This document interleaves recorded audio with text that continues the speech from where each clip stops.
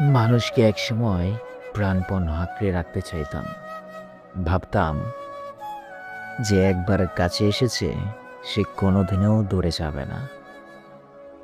চেয়েছিলাম পাশে থাকুক, সঙ্গ দিক, আমার মতো করেই পৃথিবীটা দেখুক। কিন্তু জানেন, আমি কাউকে হারাতে দেইনি। তারা নিজের মতো করেই চলে গেছে। নিজের সুবিধার মতো হিসাব কষে মিথ্যা হাসি উপহার দিয়ে বিদায় নিয়েছে।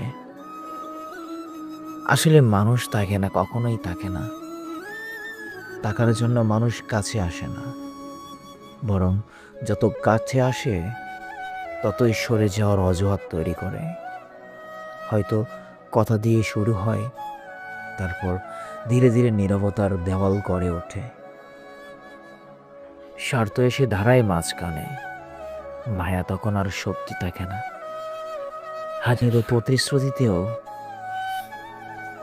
হাজারো প্রতিশ্রুতিতেও ভেঙে যায়। সময় এসে সবকিছু শূন্যতায় মিলিয়ে দেয়। তবু বলে যাওয়া সহজ নয়।